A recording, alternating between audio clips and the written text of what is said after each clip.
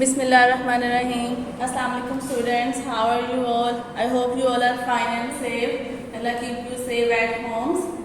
Today we are going to start our new chapter, which is chapter number 12. The name is coordination and control. This is your lecture number 11. So let's start our new chapter. First of all, we on the first page, page number 32, we will study its introduction. Then types of coordination, coordinated action and human nervous system. So let's start with the introduction. First of all, tell me what is coordination? Coordination है क्या? आप generally इसको अगर discuss करो, coordination यानी बहुत सारे लोग इकट्ठे होते हैं, बैठते हैं, किसी चीज़ के बारे में डिसीजन लेते हैं और उसके ऊपर फिर काम करते हैं और काम करके टीम वर्क यानी करके शो करते हैं। ठीक है, वो जो टीम वर्क होता है उसको कहते हैं कोऑर्डिनेशन। ठीक है, कि कोऑर्डिनेट किया उन्होंने आपस में एक दूसरे के साथ और एक सर्टन जो काम था, जो प्रोजेक्ट था, वो कंप्लीट किया। सो हमारी बॉडी में भी इसी तरह है कि हमारी बॉडी के बहुत सारे सिस्टम्स हैं जो कि कोऑर्डिनेट कर रहे होते हैं एक दूसरे के साथ। जब वो कोऑर्डिनेट करते हैं तो ही हमारी बॉडी चलती है।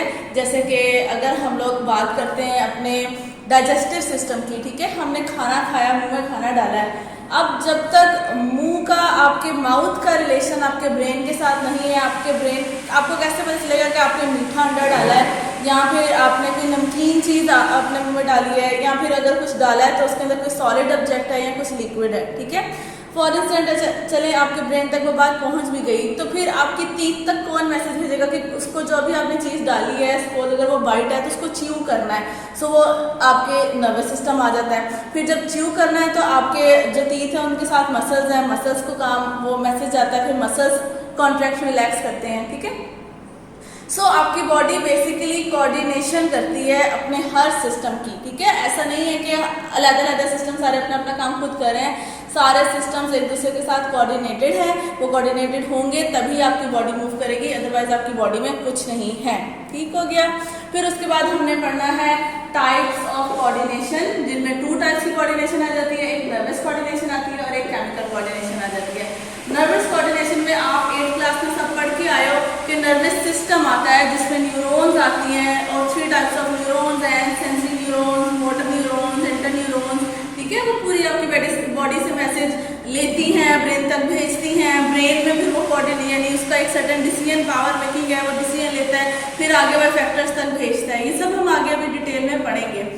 इसके अलावा जो न्यू टॉपिक जो आप यहाँ पे पढ़ोगे वो आ जाता है chemical coordination. Chemical coordination means hormones की आपकी बॉडी में रिलीज होना। ग्लैंड्स हैं स्पेसिफिक आपकी बॉडी में जो कि हार्मोन्स को रिलीज कर रहे होते हैं और वो हार्मोन्स फिर आपकी बॉडी में चेंजेस लेकर आते हैं। सो नर्वस कोऑर्डिनेशन तो आपने क्लास 8 में पढ़ा था। ये सच आपको इतना मुश्किल डिफिकल्ट नहीं लगेगा, बहुत इजी टॉपिक है। इसको आप अच्छे से याद करोगे, बल्कि आपने पहले भी याद किया होगा। सो ज्यादा फोकस आपने करना है केमिकल कोऑर्डिनेशन पर। ठीक है, क्योंकि ये केमिकल कोऑर्डिनेशन न्यू है तो इट्स मीन कि इससे ज्यादा क्वेश्चन आएंगे। पर ऐसा नहीं है कि नर्वस कोऑर्डिनेशन में से क्वेश्चन नहीं आता। ये जो अभी यहाँ पे ये जो पूरा फुल फ्लेज मैंने ये डायग्राम नहीं है, इसके ऊपर एक क्वेश्चन पूरा कंप्लीट आता है लॉन्ग। सो लेकिन ये कि केमिकल कोऑर्डिनेशन को आप छोड़ोगे नहीं, इसमें से बहुत ज्यादा आ जाते हैं। देन आ जाता है कोऑर्डिनेटेड एक्शन, यानी कि कुछ भी अगर आपका कोई भी फंक्शन परफॉर्म होने जा रहा है तो उसमें किन किन स्टेप्स की जरूरत होती है। सो वहाँ पे ये 5 स्टेप्स हैं: स्टिमुलर, receptor, coordinator, effectors and response. First of all स्टिमुलर। स्टिमुलर क्या है? चेंज इन द एनवायरनमेंट, यानी आपके बाहर जो सी आपकी बॉडी से एक्सटर्नली जो आपकी एनवायरनमेंट प्रेजेंट है उसमें कोई भी चेंज आ जाता है तो वो आपकी बॉडी डिटेक्ट करती है। ठीक है, सो वो जो चेंज आ रहा है, चाहे वो सर्दी का है, चाहे वो गर्मी का है, किसी चीज़ को आपने टच किया है या बाहर आपको किसी चीज़ से टच करके पेन किया है। ठीक है, यानी कोई भी चेंज आपकी बॉडी से बाहर वाला जो एनवायरनमेंट में चेंज है उसको कहते हैं स्टिमुलर। रिसेप्टर्स यानी कि सेंस ऑर्गन्स, आपकी बॉडी में जो जो चीज़ें वो बाहर वाले स्टिमुलस को डिटेक्ट कर रही हैं उनको रिसेप्टर्स कहते हैं। जैसे आपकी पूरी बॉडी की स्किन है, वो किसी भी हीट को, कोल्ड को, किसी पेन वाली किसी चीज़ को वो रिसीव कर रही है तो वो रिसेप्टर है। आपके ईयर आपके साउंड को डिटेक्ट कर रहे हैं तो वो रिसेप्टर्स हैं। ठीक है, आपका माउथ टेस्ट को रिसीव कर रहा है तो वो भी एक रिसेप्टर है। देन रिसेप्टर्स मैसेज सेंड करते हैं कोऑर्डिनेटर को, यानी कि आपके सीएनएस सेंट्रल नर्वस सिस्टम को, या फिर स्पेसिफिक ग्लैंड्स आ जाते हैं उनको कि वो फर्दर आगे अपनी सिक्रीशन करें। ठीक है, सो कोऑर्डिनेटर्स असल में आपको पता है ना, आपके स्कूल की भी कोऑर्डिनेटर्स हैं और वो आगे मैसेज का एक कह लो कि पावर रखता है, वो डिसीजन लेता है और आगे फिर जहाँ पे जिस जगह पे यानी इसने जो भी काम करवाना है जिस साइड से भी, तो वहाँ पे आगे मैसेज सेंड करता है। फिर उसके बाद कोऑर्डिनेटर मैसेज जिसको सेंड कर रहा है उसको कहते हैं इफेक्टर, और इफेक्टर मसल्स भी आते हैं और बहुत सारे ग्लैंड्स भी आ जाते हैं, ठीक है। यानी कि अब मैंने अगर यहाँ 2 ग्लैंड्स लिखे तो इसका मतलब ये नहीं है कि ये भी ग्लैंड कोऑर्डिनेटर है और ये भी कोऑर्डिनेटर है, ठीक है। कुछ ऐसे ग्लैंड्स हैं जिनको आपका सीएनएस मैसेज सेंड करता है कि आप अपनी सिक्रीशन करो, इसलिए हमने ग्लैंड्स को इफेक्टर के तौर पर भी एक्ट करवाया है। बाकी आपके मसल्स आ जाते हैं। यहाँ पर मैं अभी आपको एग्जांपल देके बताती हूँ, ये पूरे स्टिमुलस और ये सबकी कौन सी एग्जांपल आ जाती है।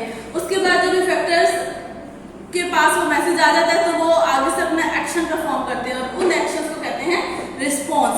फॉर एग्जांपल अब मैं स्टिमुलस की बात लेती हूँ, आपके पास आपकी मामा या कोई बड़ी बहन या कोई भी एक कप लेकर आई है चाय का, ठीक है, और वो आपने चाय का कप पकड़ा है। पकड़ते ही आपने आपकी जो स्किन है, जो चाय का कप पकड़ा है वो था बहुत गर्म, तो जो गर्मी थी, हीट थी, वो आ गया स्टिमुलस। आपने जैसे ही पकड़ा है, रिसेप्टर यानी कि आपकी स्किन ने, सेंस ऑर्गन ने हीट को डिटेक्ट किया है, ठीक है, उस हीट को डिटेक्ट करके उसने सेंड किया है कोऑर्डिनेटर तक, सीएनएस यानी आपके सेंट्रल नर्वस सिस्टम तक। सेंट्रल नर्वस सिस्टम ने आगे से मैसेज भेजा है इफेक्टर तक, यानी कि आपके आर्म के मसल्स तक के हाथ को पीछे लेके जाओ, ठीक है, अदरवाइज आपकी स्किन जल जाएगी। सो वो इफेक्टर ने अपना काम किया है, मसल ने क्या किया है, कॉन्ट्रैक्ट किया है। जैसे ही मसल ने कॉन्ट्रैक्ट किया, आपका हाथ पीछे हुआ है, यानी कि रिस्पॉन्स क्रिएट हो गया है, ठीक है। सो ये पूरा आपका कोऑर्डिनेटेड एक एक्शन है जो कि हमने परफॉर्म किया था। उसके बाद आ जाते हैं हम, अब हमने आगे जो हमारा जो पूरा चैप्टर है वो आपके नर्वस कोऑर्डिनेशन और केमिकल कोऑर्डिनेशन की पूरी डिटेल है। सो फर्स्ट ऑफ ऑल हम डिस्कस करने जा रहे हैं नर्वस कोऑर्डिनेशन, कि ह्यूमन में नर्वस कोऑर्डिनेशन कैसे हो रही है, किस तरह से हो रही है। तो फर्स्ट ऑफ ऑल जो आपका नर्वस कोऑर्डिनेशन का एक सिंगल यूनिट है उसको कहते हैं नर्व सेल या फिर न्यूरॉन, ठीक है। 8th में आप पढ़ के आए हो, बहुत डिटेल में पढ़ा आप लोगों ने न्यूरॉन किस तरह की होती है, ये इसकी शेप है, ये हमने मोटर न्यूरॉन बनाई है, ठीक है। 2 पार्ट्स में डिवाइडेड है, एक आ जाती है ऊपर वाली सेल बॉडी और एक नीचे वाला आ जाता है जिसको हम एक्सॉन का नाम दे रहे हैं। सेल बॉडी में बेसिकली 2 मेजर चीजें होती हैं, ये डेंड्राइट्स है, जो छोटी छोटी प्रोजेक्शंस हैं, और ये जो अंदर है ये न्यूक्लियस है, ठीक हो गया। फिर उसके बाद अगर आप एक्सॉन में आते हैं तो ये जो मैंने ग्रीन कलर से शो की है, ये मेलानिन शीट आ जाती है, जो आपकी एक मेलानिन शीट दूसरी मेलानिन शीट, इनकी जो बीच का छोटा सा ये गैप है, ये नोड ऑफ रैम्पेर आ जाता है। मेलानिन शीट के ऊपर ही कोटिंग होती है श्वान सेल्स की, इन सब के स्पेसिफिक फंक्शन है, वो अभी हम बुक से डिटेल में पढ़ते हैं। फिर यहाँ से अगर आप नीचे आ जाते हो तो यहाँ आ जाते हैं टर्मिनल एंड्स, जहाँ से आपका जो मैसेज है वो डिलीवर होता है अगली वाली न्यूरॉन के डेंड्राइट्स के पास, कि यहाँ पे इनके पास डेंड्राइट्स होते हैं नेक्स्ट न्यूरॉन के। सो मैसेज आपका एक न्यूरॉन से आता है, कहाँ आता है, डेंड्राइट्स पे।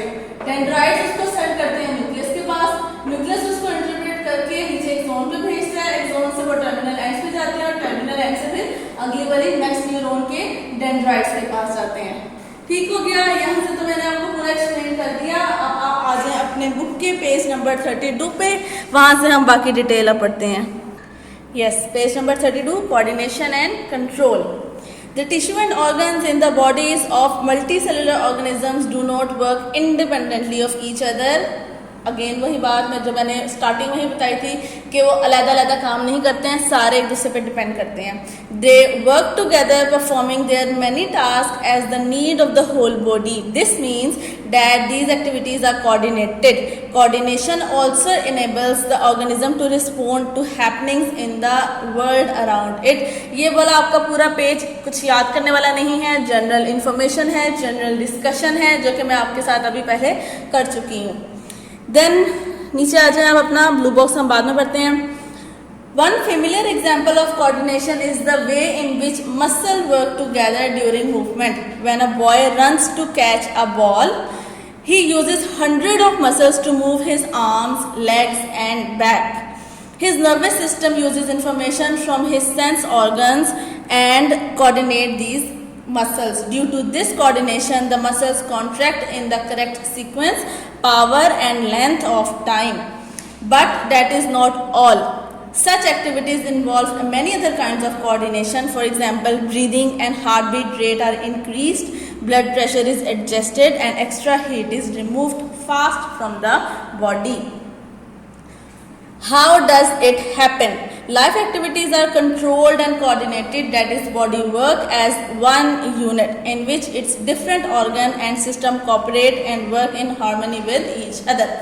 सो इस फुल फ्लेज आपका जो यहाँ पे पैराग्राफ था उसमें उन्होंने एक एग्जाम्पल दिया है जिसमें उन्होंने कहा है कि एक कोई भी लड़का ले लें, ठीक है, वो भाग रहा है, बॉल पकड़ रहा है। अब उसके भागने में आपकी बॉडी के बहुत सारी चीज़ें इन्वॉल्व हैं, जस्ट भागने के लिए लेग्स इन्वॉल्व नहीं होती हैं, उसके आर्म्स भी मूव कर रहे होते हैं, उसकी आई साइड भी देख रही होती है उस बॉल को, ठीक है। सो बहुत सारी चीज़ें एक साथ काम कर रही होती हैं। सो इसमें वो इसके अलावा कह रहे हैं कि सिर्फ मसल्स वर्कआउट नहीं करें, जब हम भागते हैं हमें सांस चढ़ता है, ठीक है, यानी कि हमारी हार्ट बीट तेज़ होती है, हार्ट बीट भी तेज़ होती है तो ब्लड हमारी बॉडी में जल्दी मूव करता है। इसके अलावा हमें बहुत ज़्यादा ऑक्सीजन की ज़रूरत होती है क्योंकि हमारे जो मसल्स के सेल्स हैं वो काम नॉर्मल से थोड़ा ज़्यादा कर रहे होते हैं। सो हमारी जो कह लें कि ब्रीदिंग कैपेसिटी है, यानी कि हम जो ब्रीथ कर रहे हैं वो भी फास्टर यानी जल्दी हो जाता है, हम तेज़ तेज़ सांस ले रहे होते हैं, ठीक है। सो भागने में उसके मसल्स ने भी काम किया, उसके ब्रीदिंग मैकेनिज्म ने भी फास्ट काम किया, आप उसका जो हार्ट है उसने भी फास्ट काम किया,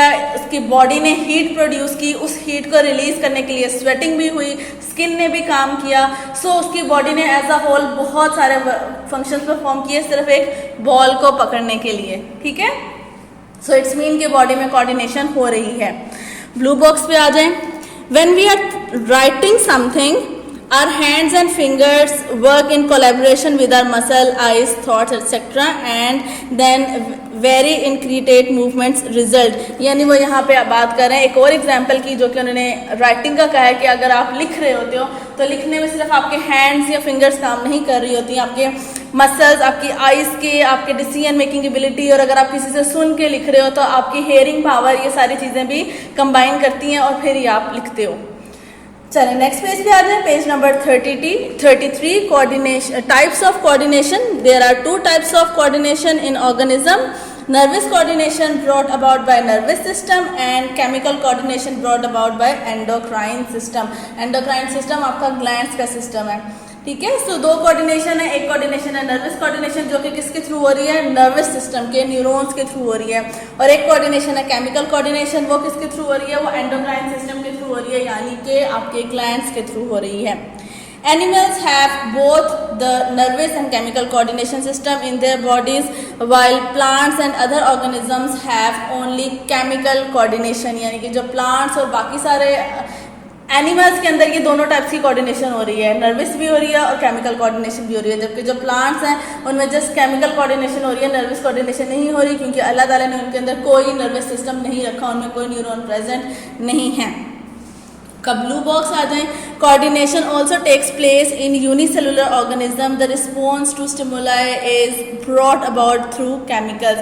कह रहे हैं कि अगर हम प्लांट्स और एनिमल्स की बात करते हैं तो हम लोग eukaryote plus multi cellular organisms हैं, ठीक है। यूकैरियोट में यूनिसेलुलर भी आ जाते हैं या फिर आप कह लो कि आपके प्रोकैरियोट्स आ जाते हैं, ठीक है, जो कि सिंपल 1 सेल थिक होते हैं, सॉरी 1 सेल से बने हुए होते हैं। सो वो कह रहे हैं कि यूनिसेलुलर ऑर्गेनिजम्स में भी कोऑर्डिनेशन होती है और वहाँ पे भी बेसिकली केमिकल कोऑर्डिनेशन होती है, नर्वस सिस्टम उसमें नहीं होता।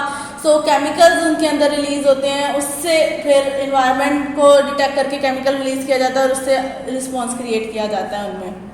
नेक्स्ट आ जाता है coordinated action. There are 5 components in the coordinated action. They are stimulus, receptor, coordinator, effector, response. First is stimulus. What happened when we touch a snail?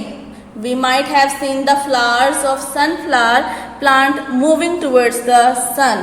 What could be the reason for all this? Touch, light, etc. are factors that can bring about certain response in living organism. These factors are called stimulus.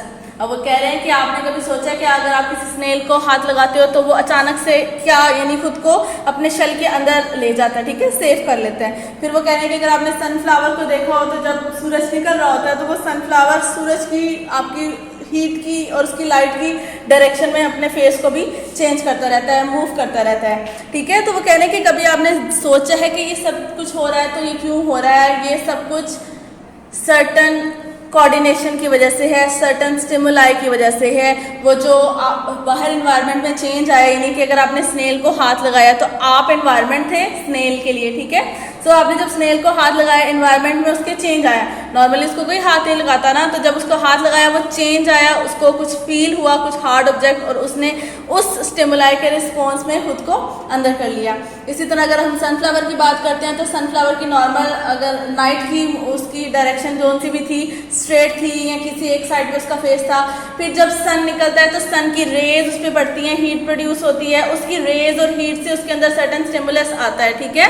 तो उस stimulus, वो जो heat और race थी वो stimulus था। उस stimulus ने फिर फ्लावर का जो रिसेप्टर है, उसको रिसेप्टर ने उस स्टिमुलस को डिटेक्ट किया और उसके अकॉर्डिंग फिर खुद की डायरेक्शन को चेंज करते गए। तो सो वो कह रहे हैं कि स्टिमुलस एक ऐसी चीज़ है जो लिविंग ऑर्गेनिज्म में रिस्पॉन्स क्रिएट करती है। These factors are called stimulus. We can define a stimulus as any change in environment. It may be external or internal, which can provoke a response in organism. More examples of stimulus are heat, cold, pressure, sound waves, presence of chemicals, microbial injections, etc. So ये आपकी आ गई stimulus की definition. What is the stimulus? A stimulus is defined as any change in the environment which may be external or internal. यानी कि आपके internal भी change आता है, ठीक है। इंटरनली जो चेंज होता है वो केमिकल कोऑर्डिनेशन कहा जाता है, कि इंटरनली कुछ ऐसा चेंज हुआ है बॉडी में जिसकी वजह से ग्लैंड्स ने कुछ सर्टन सिक्रीशन प्रोड्यूस की हैं, ठीक है। जैसे कि अगर मैं इसकी एग्जांपल देती हूँ तो आप खाना खा लेते हो, उसके बाद आपकी बॉडी में शुगर लेवल ज़्यादा हो जाता है, वो इंटरनली है ना, एक्सटर्नली तो नहीं है। आपने खुद से तो नहीं उसको कहा जी कि नहीं मैंने ढेर सारी कोई चॉकलेट्स खा लिया जी, अंदर शुगर लेवल ज़्यादा हो गया, ठीक। सो वो एक जनरल बॉडी का रिस्पॉन्स है। आपने कोई भी मीठा खाया है तो वो अंदर शुगर लेवल ज़्यादा हो गया, और जब शुगर लेवल ज़्यादा हुआ तो ऑटोमेटिकली आपका ग्लैंड है पेनक्रिया जिसने इंसुलिन सिक्रीट की है, ठीक हो गया। सो वो वहाँ पे शुगर लेवल का ज़्यादा होना एक स्टिमुलस था पेनक्रिया के लिए। सो इंटरनली भी आ जाती है आपके स्टिमुलस की एग्जांपल। देन स्टिमुलस को कंप्लीट करें तो नेक्स्ट आ जाता है receptor. Stimuli detected by special organs, tissues और cells of body. For example sound waves are detected by ear, light is detected by eyes, chemicals in air are detected by nose and so on. The organs, tissues or cells which are specifically built to detect particular type of stimuli are called receptors. मैंने आपको पहले ही कह दिया जितने भी sense organs हैं वो सब क्या है, रिसेप्टर्स हैं। Then coordinators. These are the organs that receive informations from receptors and send messages to particular organs for proper action. यानी कि ये मैसेजेस रिसीव करते हैं रिसेप्टर से, उसको इंटरप्रेट करते हैं, किस स्पेसिफिक इफेक्टर तक उसको भेजना है ये डिसाइड करते हैं, फिर वहाँ पे उसको भेज देते हैं। In nervous coordination, brain and spinal cord are coordinators. They receive information and send messages through neurons in the form of nerve impulses. On the other hand, in chemical coordination, various endocrine glands play the role of coordinator. They receive information in the form of various chemicals and send messages by secreting particular hormone in blood. जो आपके glands हैं वो अपनी जो secretion करते हैं, यानी कि कोई भी उसने हार्मोन प्रोड्यूस किया है तो वो उसको कहाँ भेजते हैं, ब्लड में भेजते हैं। यानी कि उनका जो एक पूरा बॉडी में अपने मैसेज सेंड करने का कहने के जरिए वो ब्लड है। उनसे जो भी सिक्रीशन आती है वो ब्लड में मिक्स होती है और फिर वो बॉडी में मूव करती है। फिर जिस एक्यूरेट जगह पर जाके उसकी ज़रूरत होती है तो वहाँ पर फिर वो पहुँचा दी जाती है। जबकि हमारा जो नर्वस कोऑर्डिनेशन है उसका पूरा एक सिस्टम है जो कि न्यूरॉन का सिस्टम है, आपकी बॉडी में पूरी न्यूरॉन्स उसकी चल रही हैं। देन आ जाते हैं आपके effector. They are the parts of body which receive messages from coordinators and produce particular response. In nervous coordination neurons carry messages from coordinator that is brain and spinal cord to muscles and glands which act as effector. ठीक, clear हो गया यहाँ पे कि nervous coordination में आपके जो messages हैं वो न्यूरॉन्स लेकर आती है, कहाँ से, ब्रेन और स्पाइनल कॉर्ड से, और कहाँ लेके जाती है, मसल्स या फिर ग्लैंड्स तक लेके जाती है जो कि फिर इफेक्टर का काम करते हैं। In chemical coordination particular hormones carry messages from coordinators यानी कि एंडोक्राइन ग्लैंड से लेके जाते हैं to particular target tissues which act as effector. यानी कि वो कहने के अगर आप केमिकल कोऑर्डिनेशन की बात करते हो तो केमिकल कोऑर्डिनेशन में सर्टन हार्मोन्स जो रिलीज हुए हैं ब्लड के अंदर वो फिर ब्लड से आगे स्पेसिफिक टिश्यूज तक जाते हैं और उन टिश्यूज ने जो काम करना हो वो काम करते हैं, यानी tissues sometimes act as effector. For some, next page पर आ जाएं, page number 34। For some hormones, nephron act as effector. यानी कि कुछ हार्मोन्स के लिए नेफ्रॉन आपकी जो किडनी की है जो फंक्शनल यूनिट है वो भी इफेक्टर के तौर पे एक्ट करता है। Similarly bones and livers act as effector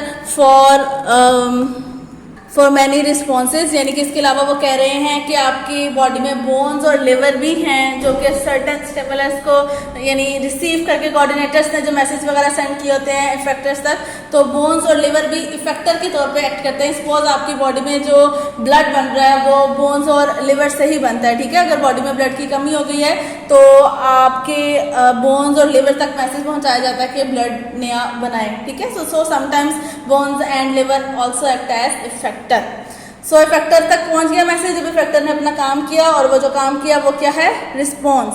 on receiving the message from coordinator the effector perform action, यानी कि जब वो कह रहे हैं कोऑर्डिनेटर्स उन्होंने रिसीव कर लिया आपके इफेक्टर्स ने जो भी मैसेज था, तो उसके बाद उन्होंने अपना काम किया और उस काम को कह रहे हैं effectors response. This action is called response. For example, pulling our hand away from something is very hot, and the movement of the flower of sunflower towards light are response. Usually, nervous coordination produce immediate but short-living response, while chemical coordination produce slow but long-living response. Response में पहले तो मैंने आपको एक sunflower की example दे दी है, जो कि मैं पहले भी आपको दे चुकी हूँ कि उसकी जो मूवमेंट है सन को देख के वो क्या है, वो रिस्पॉन्स है। इसके अलावा वो रिस्पॉन्स में एक बात और बता रहे हैं कि रिस्पॉन्स केमिकल कोऑर्डिनेशन का कैसा होता है और नर्वस कोऑर्डिनेशन का रिस्पॉन्स कैसा होता है। सो वो कह रहे हैं कि जो नर्वस कोऑर्डिनेशन का रिस्पॉन्स है वो जल्दी होता है, विद इन सेकेंड होता है, यानी न्यूरॉन्स है ना, हमने पढ़ा था, वो बहुत जल्दी मूव करती हैं। सो जो नर्वस कोऑर्डिनेशन है वो बहुत तेज़ हो जाती है, इमीडिएट होती है और शॉर्ट लिविंग होती है, यानी थोड़ी देर के लिए वो मैसेज वहाँ तक पहुँच गया, जल्दी से पहुँच गया और ख़त्म हो गया बस, यानी कि शॉर्ट लिविंग होती है और इमीडिएट होती है। लेकिन जबकि जो केमिकल कोऑर्डिनेशन है वो स्लो होती है और लॉन्ग लिविंग होती है, यानी वो आहिस्ता आहिस्ता बॉडी में जाता है। एक ग्लैंड ने हार्मोन की सिक्रीशन किया, वो ब्लड में गया, ठीक है। फॉर इंस्टेंट उसने किडनी तक जाना था और जो ग्लैंड है वो प्रेजेंट है आपके ब्रेन के पास। सो ब्रेन के पास आपका वो ग्लैंड प्रेजेंट था, उसने सिक्रीट कर दिया ब्लड के अंदर अपने सिक्रीशन को, हार्मोन को। अब वो ब्लड जब किडनी के पास पहुंचेगा तभी किडनी को वो मैसेज रिसीव होगा और उसको वहां तक पहुंचने में थोड़ा सा टाइम लग जाता है, ठीक है, as compare to nervous system. ऐसा नहीं है कि 4 घंटे लगेंगे वहां तक पहुंचने तक। आपका हार्ट बहुत जल्दी जल्दी बीट करता है, जल्दी पहुंच जाएगा वहां पर। लेकिन as compare to neuron nervous system, जो आपका केमिकल कोऑर्डिनेशन है, इसमें जो वो हार्मोन पहुंच रहा है वो थोड़ा सा स्लो पहुंच रहा है, ठीक है। सो यहाँ पे आपका जो कह लें कि केमिकल कोऑर्डिनेशन है ये थोड़ी स्लो है और लॉन्ग लिविंग है, यानी अगर एक बार आपके लिवर को, किडनी को वो मैसेज मिल गया और उन्होंने फंक्शन परफॉर्म करना है, तो ऐसा नहीं है कि वो कुछ सेकंड्स के लिए फंक्शन अपना परफॉर्म करेंगे और बस, ठीक है। वो 1-2 घंटे तक या 3 घंटे तक, जब तक बॉडी में उस चीज़ की रिक्वायरमेंट नहीं हो जाती जिस चीज़ के लिए मैसेज भेजा गया है, जब तक वो कंप्लीट नहीं होती, वो सर्टन इफेक्टर अपना काम करता रहेगा, ठीक है। सो केमिकल कोऑर्डिनेशन स्लो और लॉन्ग लिविंग है, जबकि जो नर्वस कोऑर्डिनेशन है वो शॉर्ट और इमीडिएट है। चले, यहाँ तक तो हो गया आपका कोऑर्डिनेटेड एक्शन। अब हम स्टार्ट करने लगे हैं human nervous system. We have understood the basic model of the working of nervous system, यानी कि हमने नर्वस सिस्टम के काम को चेक करने के लिए मॉडल तो उसका सब देख लिया है कि कैसे वर्किंग हो रही है, ठीक है, यानी कि वो कोऑर्डिनेटेड एक्शन कैसे चल रहा है। लेकिन अब हम आगे उसकी डिटेल पढ़ने लगे हैं सिंगल यूनिट के साथ। The nervous system in man and in other higher animals is composed of 2 major components, that is central nervous system and peripheral nervous system. Central nervous system comprises of coordinators, that is brain and spinal cord, while peripheral nervous system consists of nerves that arises from central nervous system and spread in different parts of the body. All these components are made of neurons. Now we will first examine the structure and type of neuron, and then we will go to the division of nervous system. यहाँ पर उन्होंने जो बात की है, उन्होंने आपके यानी नर्वस सिस्टम के कोऑर्डिनेटर्स की बात कर ली है। पहले तो उन्होंने आपके नर्वस सिस्टम को ही 2 पार्ट्स में डिवाइड किया है, सेंट्रल नर्वस सिस्टम और peripheral nervous system. Central nervous system जो है उसमें आपका ब्रेन और स्पाइनल कॉर्ड आ जाता है, जो कि डिसीजन मेकिंग एबिलिटी रखते हैं, और जो पेरिफेरल नर्वस सिस्टम है ब्रेन और स्पाइनल कॉर्ड से जो बाकी नर्व्स अराइज होकर आपकी पूरी बॉडी में जा रही हैं फंक्शन परफॉर्म करने के लिए, उनको हम लोगों ने यहाँ पे नाम दे दिया है पेरिफेरल नर्वस सिस्टम के अंदर। ठीक है, सो इस पूरे आपके पैराग्राफ में ये दो बातें थी कि nervous system divided into two parts, that is central nervous system and peripheral nervous system. Next आ जाएं आप अपने न्यूरॉन के ऊपर, न्यूरॉन और nerve cell. Neuron cell, nerve cell और neuron is the unit of the nervous system. जैसे हर आपका कह रहे हैं कि बॉडी के लिए जो लिविंग ऑर्गेनिज्म का यूनिट है सेल, नॉन लिविंग ऑर्गेनिज्म यानी नॉन लिविंग थिंग्स का यूनिट है एटम, सो हर सिस्टम का भी एक अपना अपना यूनिट है। नर्वस सिस्टम का जो यूनिट है वो है neuron. The human nervous system consist of billions of neuron plus supporting neuroglial cells. Neurons are specialised cell that are able to conduct nerve impulses from receptors to coordinators and from coordinators to effector। यानी कि stimulus के detect होने के बाद से लेकर response तक सारा काम किनके थ्रू हो रहा है? नर्व सेल्स या न्यूरॉन्स के थ्रू हो रहा है। स्टिमुलस से डिटेक्ट हुआ, रिसेप्टर्स ने डिटेक्ट किया, रिसेप्टर्स ने जो मैसेज भेजा कोऑर्डिनेटर्स तक, वो कहाँ से जा रहा है? वो न्यूरॉन से जा रहा है। कोऑर्डिनेटर से आगे इफेक्टर तक जो मैसेज गया वो कहाँ से जा रहा है? वो भी न्यूरॉन से ही जा रहा है। In this way communication with each other and with other type of body cell। यानी कह रहे हैं कि नर्वस सिस्टम में फिर इसी तरह से पूरी कम्युनिकेशन चलती है। The nucleus and most of the cytoplasm, यहाँ पे आ जाता है स्ट्रक्चर की हेडिंग कि आपके एक न्यूरॉन का स्ट्रक्चर क्या है। The nucleus and most of the cytoplasm of a neuron is located in the cell body. यानी कि मैंने आपको बोर्ड पे एक्सप्लेन किया था कि जो न्यूरॉन है वो उसमें डिवीजन में पार्ट में डिवाइड है, सेल बॉडी और एक्सोन। तो वो कह रहे हैं कि सेल बॉडी में क्या चीज़ आ रही है? साइटोप्लाज्म और न्यूक्लियस आ रहा है। Different processes extended out from the cell body, these are called dendrites and axon. ये जो ऊपर वाली सारी छोटी छोटी हैं ये सारी आपकी डेंड्राइट्स हैं, और जो नीचे ये एक निकल रही है बड़ी सी, ये एक्सोन है।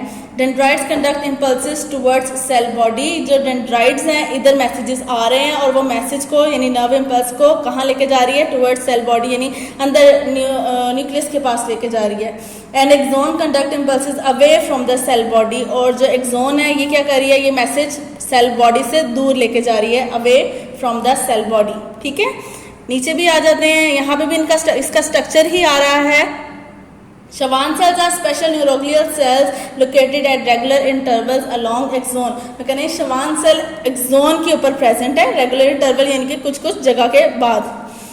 In some neurons, Schwann cells secreted a fatty layer called melanin sheet। कुछ ऐसे न्यूरॉन्स होते हैं जिसमें Schwann cell अपने पास फैटी लेयर सिक्रीट करते हैं जिसको मेलानिन शीट का नाम देते हैं, जो कि ऊपर आपको यहाँ पे येलो कलर में शो हो रही है।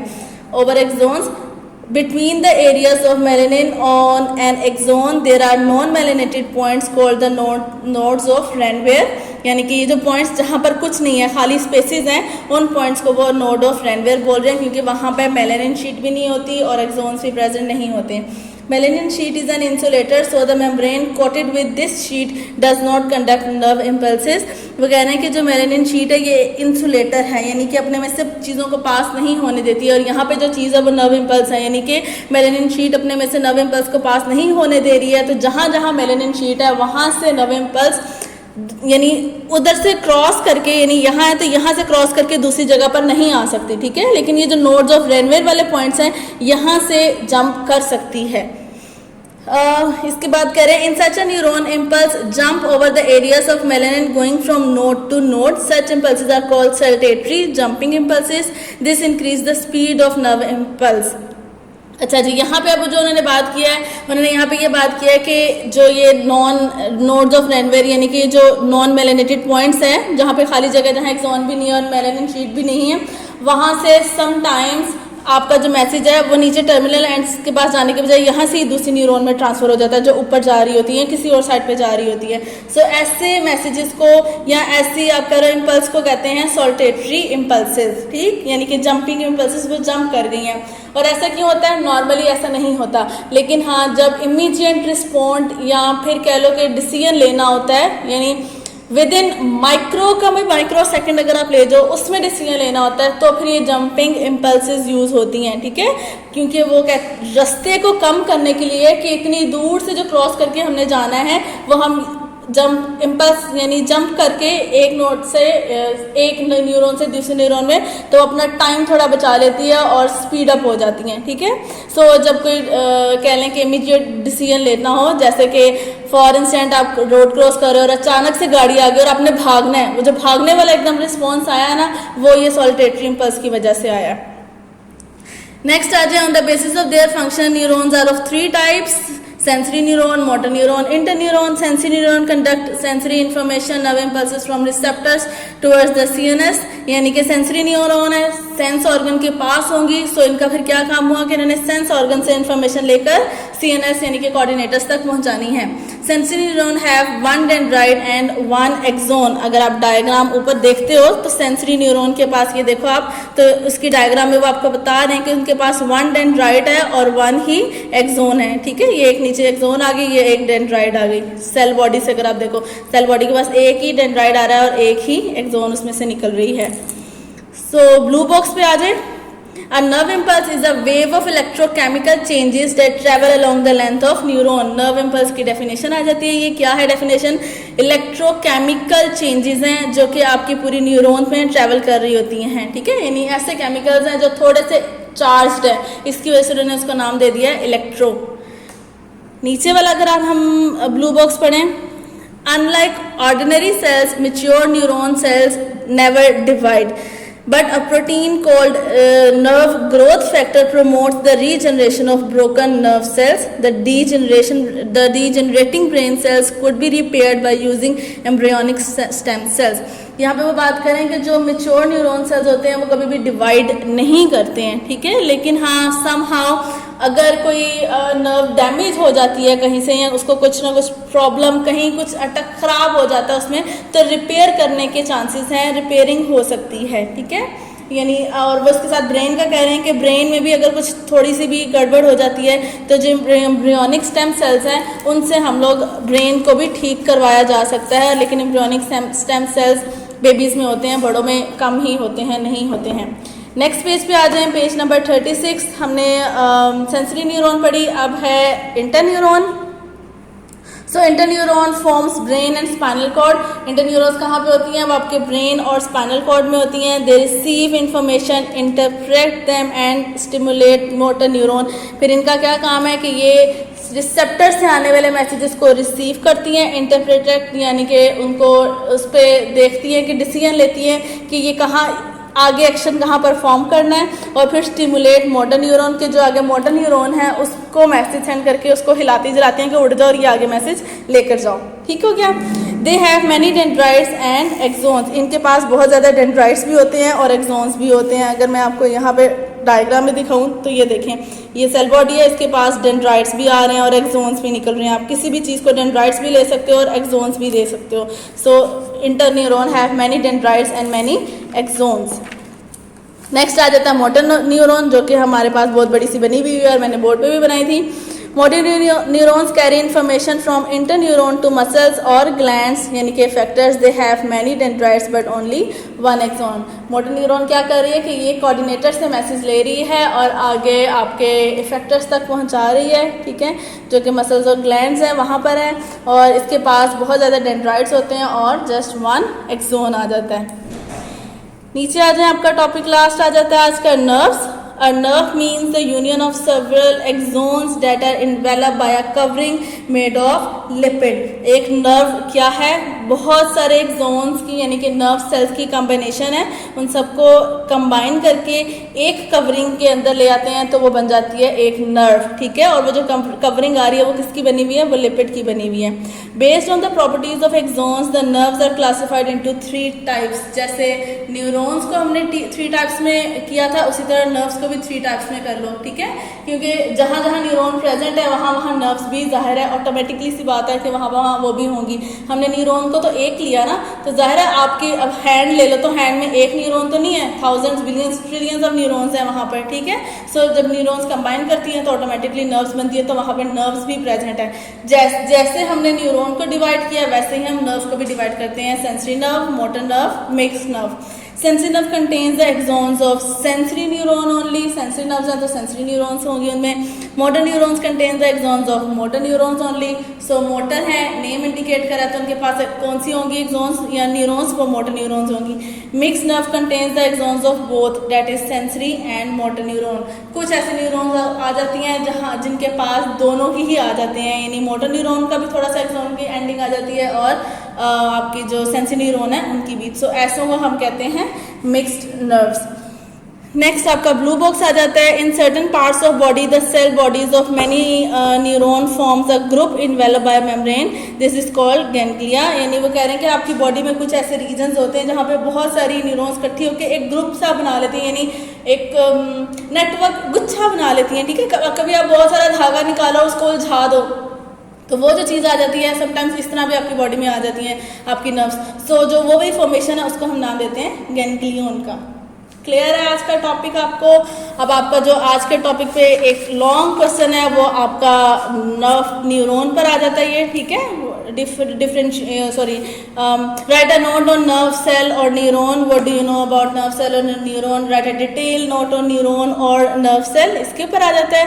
प्लस जो भी हमने पीछे ये सब पढ़ा है, how many types of nervous system, यानी nervous system is divided into how many types, ये आ जाता है. व्हाट इज रिस्पॉन्स आ जाता है. इस पेज पे जो आपने ये सब पढ़े इन सब में शॉर्ट क्वेश्चन आंसर आते हैं. ठीक है, सो ये सब शॉर्ट है, लेकिन न्यूरॉन सिस्टम का जो नर्व सेल और न्यूरॉन है ये आपका लॉन्ग क्वेश्चन है. आपको इसके लिए उसको as a long question prepare करना है, डायग्राम अच्छे से याद करनी है, डायग्राम को बनाना है, लॉन्ग क्वेश्चन याद करके साथ साथ लिखने हैं. शॉर्ट आप लोग ऐसे याद कर लो, पर मैंने लॉन्ग क्वेश्चन आपके चेक करने हैं विद डायग्राम. अल्लाह हाफिज़.